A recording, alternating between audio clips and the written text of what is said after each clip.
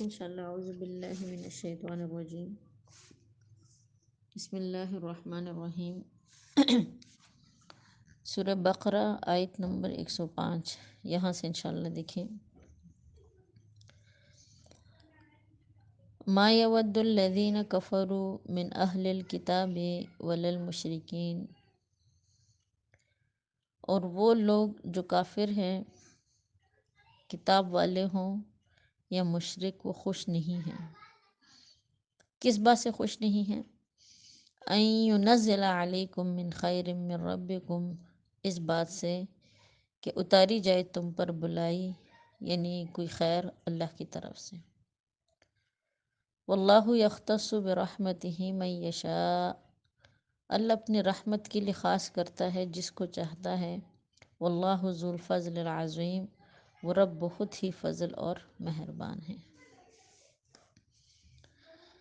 اصل میں دیکھیے، آیت کے اس نزول کے بارے میں روایات میں آتا ہے کہ مسلمانوں کے جو یہودیوں میں حلیف تھے، تو ان سے مسلمان بطور خیر خواہی کے کہتے تھے کہ محمد صلی اللہ علیہ وسلم پر ایمان لے آؤ۔ تو کہتے وہ یہودی جواب دیتے تھے کہ تم جس چیز کی طرف ہمیں بلاتے ہو وہ ہمارے دین سے بہتر نہیں ہے، اگر تو بہتر ہوتا تو ہم ضرور اسے پسند کرتے ہیں۔ ان کے تکذیب کے لیے اللہ رب العزت نے پھر یہ آیت نازل کی۔ انہیں مسلمانوں کو خطاب ہے کہ جو لوگ کافر ہیں اور جو یہودی ہیں، وہ کبھی بھی خوش نہیں ہوتے اس بات سے کہ اللہ نے یہ کتاب تمہارے اوپر نازل کی ہے، لیکن چاہے نبوت ہے، چاہے اس قرآن کا نزول ہے، یہ اللہ کا فضل ہے، اللہ کی رحمت ہے۔ اللہ رب العزت جس شخص کے ساتھ اس کو خاص کرنا چاہے تو وہ خاص کرتے ہیں۔ یہ جو ہے نا، واللہ یختص برحمتہ، رحمت سے مراد نبوت ہے، اور فضلاً یہ نیکیوں کو کہا جاتا ہے۔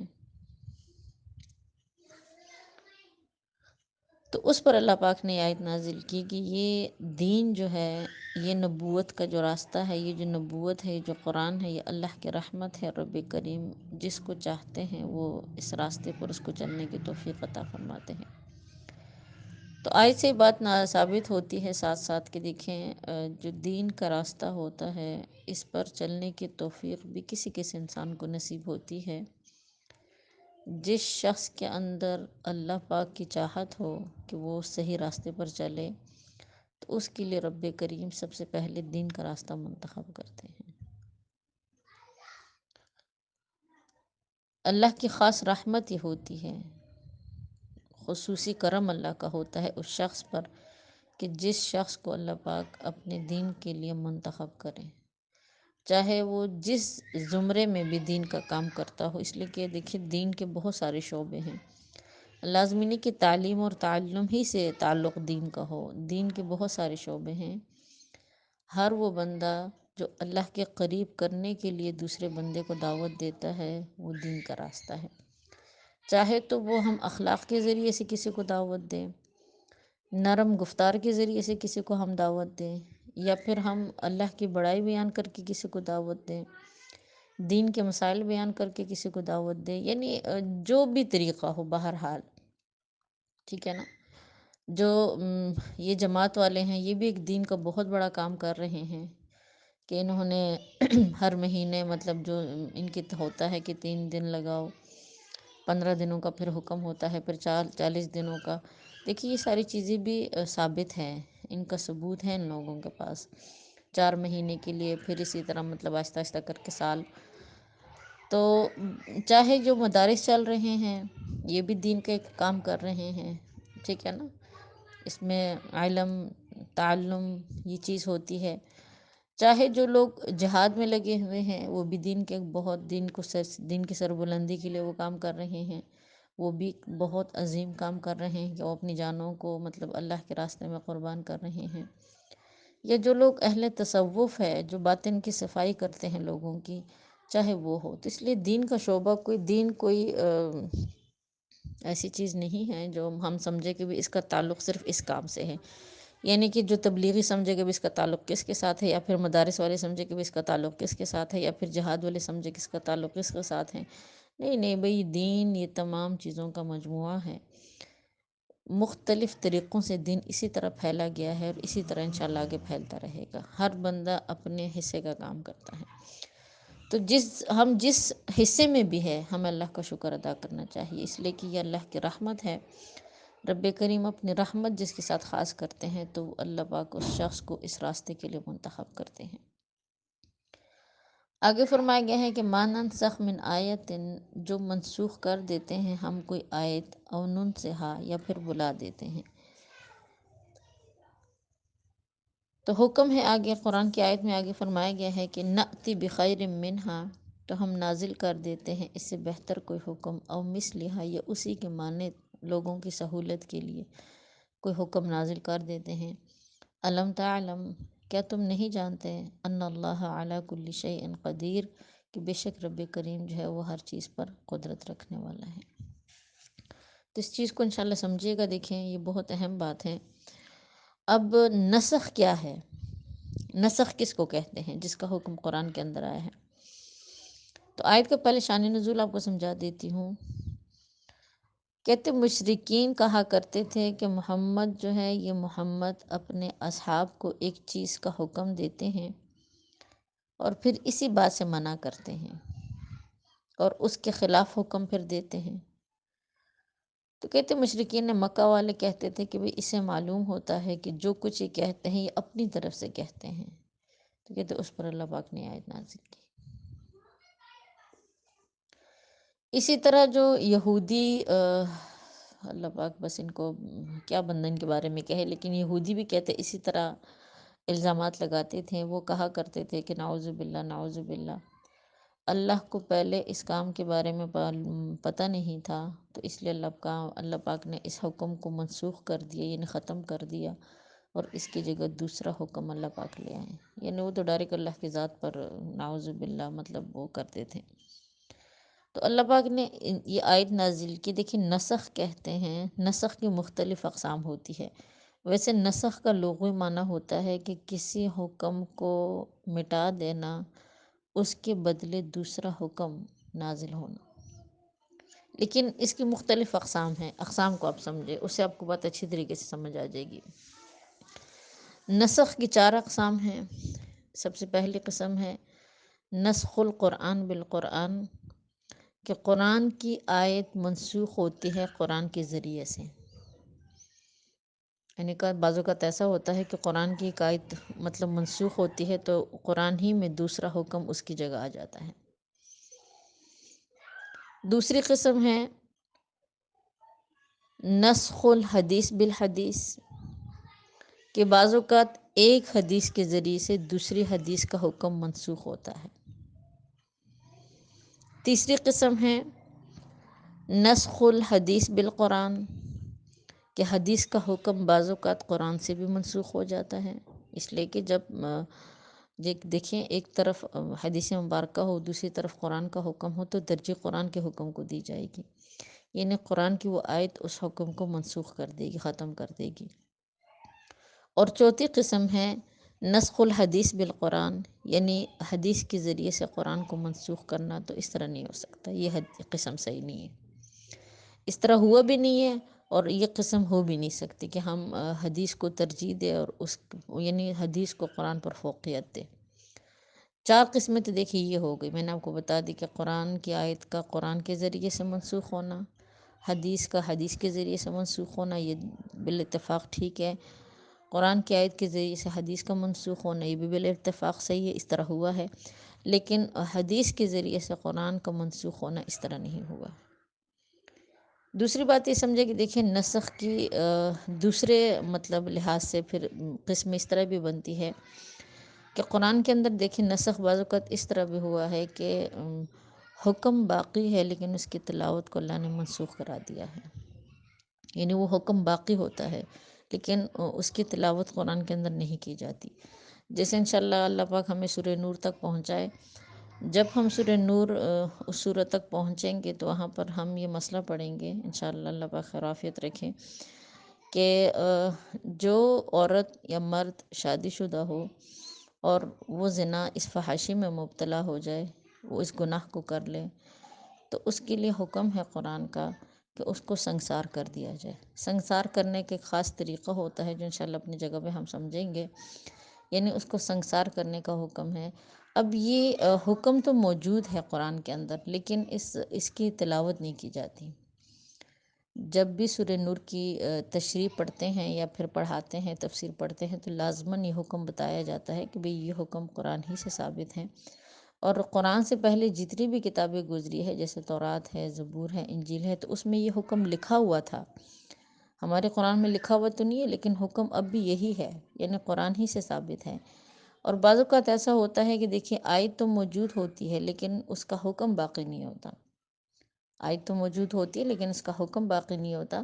جیسے اسی سورہ بقرہ میں آگے جا کے ہم پڑھیں گے کہ یعنی پہلے ایسا مسئلہ تھا وراثت کے احکامات نازل ہونے سے پہلے، کہ اگر کوئی عورت ہے یعنی شادی شدہ، اس کا شوہر فوت ہو جائے تو اس کی جو عدت ہوتی تھی وہ پورے 1 سال ہوتی تھی، یعنی 1 سال تک وہ عدت اس کو پوری کرنی ہوتی تھی، اور 1 سال کے بعد یعنی وہ پھر آگے اگر دوسری شادی کرنا چاہے تو وہ کر سکتی تھی۔ لیکن اللہ پاک نے جب وراثت کے احکامات متعین کر لیے، وراثت کا حکم آ گیا سورہ نساء کے اندر، تو یہ حکم باقی تو اب بھی ہے، یعنی قرآن کی آیت انشاءاللہ جب آئے گی تو میں آپ کو بتاؤں گی کہ دیکھو یہ آیت اب موجود ہے لیکن حکم موجود نہیں ہے۔ اس آیت کی تلاوت تو ہم کرتے ہیں قرآن کے اندر، لیکن اب حکم یہ نہیں ہے۔ اب اگر کسی عورت کے شوہر وفات پا جائے، انتقال ان کا ہو جائے، تو اس کی جو عدت ہے وہ 4 مہینے 10 دن ہے۔ 4 مہینے 10 دن اس کی عدت ہوگی۔ جب یہ ٹائم گزر جائے تو اس کی عدت ختم ہو جائے گی۔ تو یہ چیز ہوتی ہے، اس کو کہتے ہیں نسخ، ٹھیک ہے نا۔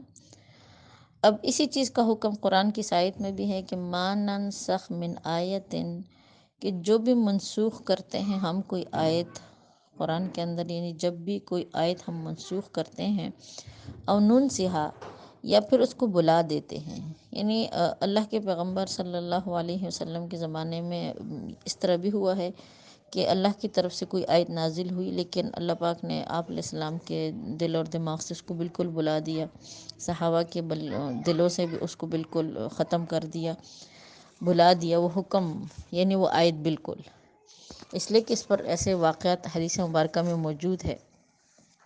خود صحابہ کی ایک جماعت ہے، وہ فرماتی ہے کہ ہم چند صحابہ جو تھے وہ نماز کے لیے کھڑے ہوئے تو ہم ایک سورت ہم نے پڑھنی چاہی۔ اب وہ سورت جتنے بھی صحابہ کھڑے تھے، حالانکہ صحابہ کرام جتنے بھی تھے وہ تمام کے تمام جو بھی اللہ کے پیغمبر پر نازل ہوتا تھا اس پر صرف عمل نہیں کرتے تھے، اس کو زبانی بھی یاد کرتے تھے، یعنی وہ حافظ قرآن تھے، جتنے بھی تھے حافظ قرآن تھے۔ تو اسی طرح صحابہ فرماتے ہیں، اس حدیث کو روایت کرنے والے جو ہے وہ ابو امامہ بن سہیل بن حنیف ہیں، کہ ہم نماز کے لیے کھڑے ہوئے، ہم نے ایک سورت پڑھنی چاہی تو وہ سورت ہمیں بالکل یاد نہ آئی، صرف بسم اللہ الرحمن الرحیم یاد رہ گئی، لیکن مطلب باقی کوئی سورت ہم نے بڑی کوشش کی لیکن ہمارے ذہن میں نہیں آئی۔ کہتے پھر ہم نے آپ صلی اللہ علیہ وسلم کی خدمت میں حاضر ہو کر یہ واقعہ عرض کیا۔ آپ صلی اللہ علیہ وسلم نے فرمایا کہ اس سورت کی تلاوت اور حکم دونوں جو ہے وہ مطلب ختم کر دیے گئے، بلا دیا، یعنی حکم بھی ختم اور تلاوت بھی ختم۔ تو اس کو کہتے کہ ننسہا۔ تو قرآن کہہ رہے ہیں کہ نأتی بخیر منہا، تو ہم نازل کر دیتے ہیں اس سے بہتر، یعنی جب کوئی آیت منسوخ یا مطلب مٹا دی جاتی ہے تو پھر اللہ پاک دوسرا حکم لے آتے ہیں۔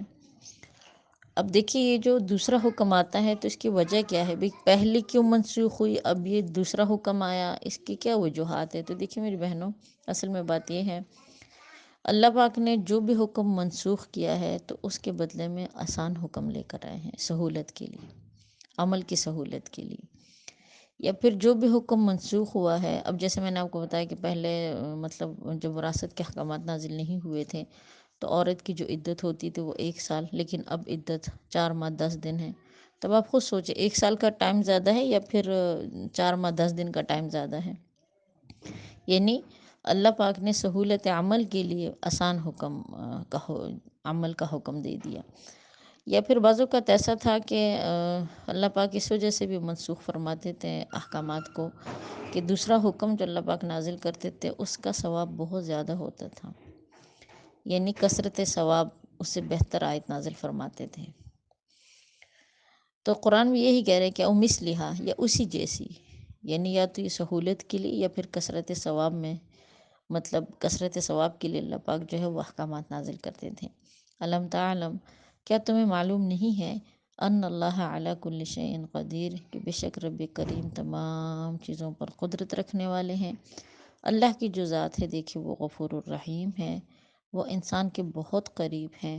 اللہ پاک کبھی بھی اپنے بندے کو تکلیف میں مبتلا نہیں کرنا چاہتے، مشقت میں ڈالنا نہیں چاہتے، اس وجہ سے وقتاً فوقتاً اللہ پاک نے احکامات کے اندر تبدیلی کی ہے۔ جو بندہ جس دور میں گزرا ہے تو ان لوگوں کی سہولت کے لیے جو چیز مطلب فائدہ مند تھی تو وہ نازل ہوئی ہے۔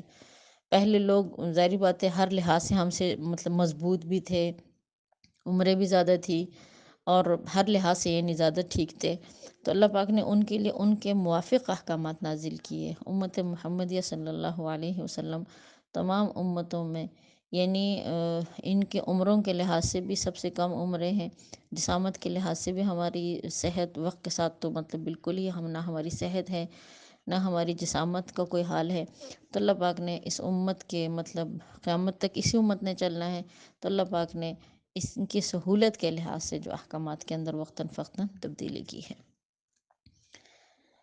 آگے پھر فرمایا گیا ہے کہ علم تعلم، کیا تم نہیں جانتے، ان اللہ لہ ملک السماوات والارض، وہ رب تو ایسا ہے کہ اسی کے لیے زمین اور آسمان کی سلطنت ہے۔ مطلب یہ ہے کہ جب معلوم ہے کہ اللہ جو چاہتے ہیں کرتے ہیں، بادشاہی آسمانوں اور زمین کی اسی کو ہے، تو پھر اس سے صاف ظاہر ہے کہ وہ ہر چیز پر قادر ہے۔ وہ جس حکم کو چاہے منسوخ بھی کر سکتا ہے، جس حکم کو چاہے وہ رکھ بھی سکتا ہے۔ وَمَا لَكُمْ، تمہارے لیے کوئی نہیں، مِن دُونِ اللہِ مِن وَلِيٍّ وَلَا نَصِيرٍ، اللہ کے مقابلے میں تمہارے لیے کوئی حامی بھی نہیں اور نہ کوئی مددگار بھی نہیں۔ یعنی اے کافروں، تمہارے لیے عذاب کے وقت کوئی بھی مددگار نہیں ہوگا۔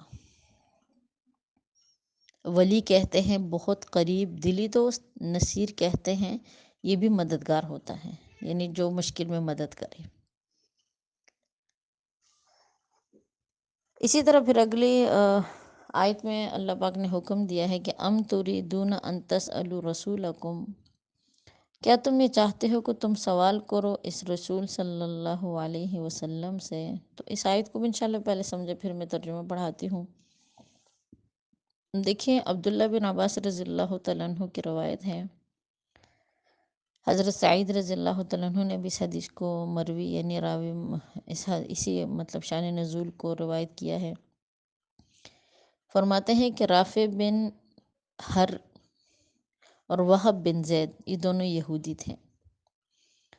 انہوں نے آپ صلی اللہ علیہ وسلم کی خدمت اقدس میں عرض کیا کہ اگر آپ سچے رسول ہیں تو ہمارے پاس آسمان سے کوئی کتاب لے آئے کہ ہم اس کو پڑھیں، یا زمین سے کوئی چشمہ جاری کر دیں، اگر آپ ایسا کریں گے تو ہم آپ کا اتباع کر لیں گے۔ تو کہتے اللہ پاک نے اس پر یہ آیت نازل کی۔ اللہ پاک نے اس آیت میں بتایا کہ اے محمد، اس طرح کے سوالات انہوں نے تم سے پہلے پیغمبروں سے بھی کیے ہیں، اور میں نے ان کو دی ہے یہ تمام چیزیں، لیکن یہ پھر بھی ایمان نہیں لے کر آئے، نہ یہاں پر ایمان لے کر آئیں گے۔ کچھ کہتے ہیں کہ آیت کا شان نزول یہ ہے کہ یہودیوں نے کہا تھا کہ آپ آسمان سے ایک ہی دفعہ کتاب کیوں نہیں لے کر آتے جیسے موسیٰ علیہ السلام تو رات لائے تھے۔ تو کہتے اس کے جواب میں اللہ پاک نے آیت نازل کی۔ اسی طرح پھر کچھ علماء مفسرین بھی کہتے ہیں کہ آیت کا نزول یہ ہے کہ کچھ مشرکین نے کہا تھا کہ یعنی ہم تو ہرگز آپ کا یقین نہیں کریں گے یہاں تک کہ آپ چڑھ جائے آسمان میں، اور ہم ہرگز بھی چڑھنے کا یقین نہ کریں گے جب تک کہ آپ ہم پر ایک کتاب اتار کر نہ لائیں کہ جس کو ہم پڑھ لیں۔ یہ الفاظ قرآن کے ہیں اور قرآن میں موجود ہیں کہ او ترق فی السماء ولن نؤمن لرقیک حتی تنزل علینا کتابا نقرأ، کہ اگر آپ ہمیں نظر بھی آئے نا آسمان کے اوپر چڑھتے ہوئے، تب بھی ہم آپ پر یقین نہ کریں، اور اگر آپ آسمان سے کوئی رقیہ ہمارے پاس لے کر آئے، کوئی کتاب لے کر آئے، تو ہم تب بھی مطلب آپ کو نہیں مانیں گے۔ تو کہتے اس پر اللہ پاک نے آیت نازل کی۔ اسی طرح کہتے ایک مرتبہ قریش مکہ والوں نے آپ صلی اللہ علیہ وسلم سے کہا کہ اگر آپ ہمارے لیے صفا پہاڑی کو سونا بنا دیں تو ہم آپ پر ایمان لے آئیں گے۔ تو کتاب صلی اللہ علیہ وسلم نے فرمایا کہ اللہ کے لیے یہ کوئی ناممکن نہیں ہے، اس کا سونا بنانا ممکن ہے، لیکن یاد رہے اگر اس کے بعد بھی تم نے انکار کیا اور کفر کیا نا، تو بنی اسرائیل کے دسترخوان کی طرح، کہ جب انہوں نے باوجود فرمائش کے دسترخوان کی مطلب درخواست کی اور دسترخوان آسمان سے اتارا بھی گیا، یہ انشاءاللہ سورہ مائدہ میں تفصیلات اس کے آئیں گی تو بتاؤں گی، لیکن اس کے بعد بھی اپنے کفر پر جمے رہے تو اللہ پاک نے ان کی شکلوں کو مسخ کر دی سور بن کے۔ تو آپ علیہ السلام نے فرمایا کہ دیکھو اگر تم جو تقاضا کر رہے ہو اس طرح ہو بھی جائے، لیکن پھر بھی اگر تم نہیں مانے تو اللہ تمہاری شکلوں کو منسوخ کر دے گا۔ بہرحال اس میں مختلف اقوال آتے ہیں، کچھ کہتے ہیں کہ اہل عرب والوں نے، یہودیوں نے آپ صلی اللہ علیہ وسلم سے سوال کیا تھا کہ آپ اللہ کو لائیں تاکہ ہم انہیں کھلم کھلا دیکھ لیں، تو کہتے اس پر اللہ پاک نے آیت نازل کی۔ آیت میں کیا حکم ہے دیکھیں، فرمایا گیا ہے کہ ان تریدون ان تسألوا رسولکم، کیا تم چاہتے ہو کہ تم سوال کرو اپنے رسول سے؟ یہ خطاب مشرکین مکہ کو ہے۔ کما سئل موسیٰ من قبل، کہ جس طرح موسیٰ علیہ السلام سے مطلب سوالات کیے گئے سے پہلے، موسیٰ سے یعنی ان کی قوم نے سوال کیے کہ اللہ تعالیٰ کو کھلم کھلا دکھا دو، نعوذ باللہ، اور ایسا ہوا بھی، پیچھے ہم واقعات پڑھ کر آئے۔ وَمَن يَتَبَدَّلِ الْكُفْرَ بِالْإِيمَانِ، جو شخص بدل لے کفر کو ایمان سے، یعنی کھلی کھلی نشانیوں اور دلیلوں کا انکار کرے، اپنی طرف سے نئی نئی باتیں تراش کر درخواست کرے، فقط ضل سواء السبیل، تو وہ سیدھی راہ سے بھٹک گیا، ایمان کی سیدھی راہ سے کفر کی طرف یعنی وہ جا پڑا۔ مطلب یہ ہے کہ اپنی باتوں کا اپنی طرف سے سوال نہ کرو ورنہ گمراہ ہو جاؤ گے۔ اور دیکھیے یہ چیز اب بھی ہے، یہ اب نہ سمجھے کہ ٹھیک ہے بس اس ٹائم انہوں نے اس طرح کے سوالات کیے، اس کے ضمن ہم بھی شامل ہیں۔ اگر تو دین کے اندر ہم کوئی نئی بات ایجاد کرتے ہیں اپنی طرف سے، اس کو دین کا حصہ سمجھ کر بیٹھ جاتے ہیں اور اس پر لوگوں کو ساتھ دعوت بھی دیتے ہیں کہ بھئی اس میں ثواب ہے اور اس میں گناہ ہے، اور وہ بدعت آپ کو پتہ ہے پھر بڑی تیزی سے بھی پھیلتی ہے، اس لیے کہ اس میں شیطان کا ساتھ جو ہوتا ہے، تو پھر اس صورت میں بھی یہی حکم ہے کہ وَمَن يَتَبَدَّلِ الْكُفْرَ بِالْإِيمَانِ فَقَدْ ضَلَّ سَوَاءَ السَّبِيلِ، جو سیدھے راستے کو کفر کے راستے سے بدلے گا، شیطانی راستے سے بدلے گا، تو حقیقتاً وہ بہت دور کی گمراہی میں ہے۔ اور یہ ایسی گمراہی ہوتی ہے نا، یہ جو بدعت کی گمراہی ہوتی ہے، اللہ پاک ہم سب کو امان عطا فرمائے کہ اس سے بعض اوقات صحیح راستے کی طرف آنے کی توفیق بھی نہیں ملتی۔ کہتے تمام گناہوں سے استغفار کے اللہ پاک توفیق عطا کرتے ہیں انسان کو، کہ مطلب توفیق مل جاتی ہے، اور بعض اوقات انسان اپنے مرنے سے پہلے اس پر استغفار بھی کرتا ہے، لیکن دیکھیے بدعت ایک ایسی مطلب گمراہی ہے سمجھو، اور ایک ایسا وہ گناہ ہے کہ جس کے بارے میں اللہ کے پیغمبر صلی اللہ علیہ وسلم نے فرمایا کہ کل بدعۃ ضلالہ، کہ ہر بدعت جو ہے وہ گمراہی ہے۔ تو یہ راستہ ایسا ہے، گمراہی کا راستہ ہے، بھٹکنے والا راستہ ہے، کہ اگر کوئی شخص اس راستے پر چلتا ہے تو وہ امید نہ رکھے کہ مجھے اللہ پاک سیدھا راستہ دکھائے گا یا میں سیدھے راستے کی طرف آؤں گا۔ تو اس لیے دیکھیے اس کی جڑ کو کاٹے، شروع ہی سے ایسے راستے پر چلنے سے احتراز کرے، اللہ کے قریب ہو جائے، ہر ایسی چیز سے کٹ جائے کہ جو اللہ کو ناپسند ہے۔ اس لیے کہ قرآن خود کہہ رہے کہ فقط ضل سواء السبیل، بہت دور چلے جاؤ گے، اور جب دور جاؤ گے نا تو واپس میرے پاس نہیں آ سکو گے، نہ اس راستے میں سکون ہے، نہ اس راستے میں نورانیت ہے، ہاں اس میں شیطان کا بہکاوا بہت زیادہ ہے۔ اس لیے اللہ پاک تمام ایمان والوں کو، مسلمانوں کو بدعات سے محفوظ رکھیں، ہمیں، ہماری اولادوں کو اور سب کو، اور اللہ پاک ہم سب کو ایمان کی حالت میں توفیق عطا فرمائے۔ وآخر دعوانا الحمدللہ رب العالمین، بس یہاں تک کافی ہے۔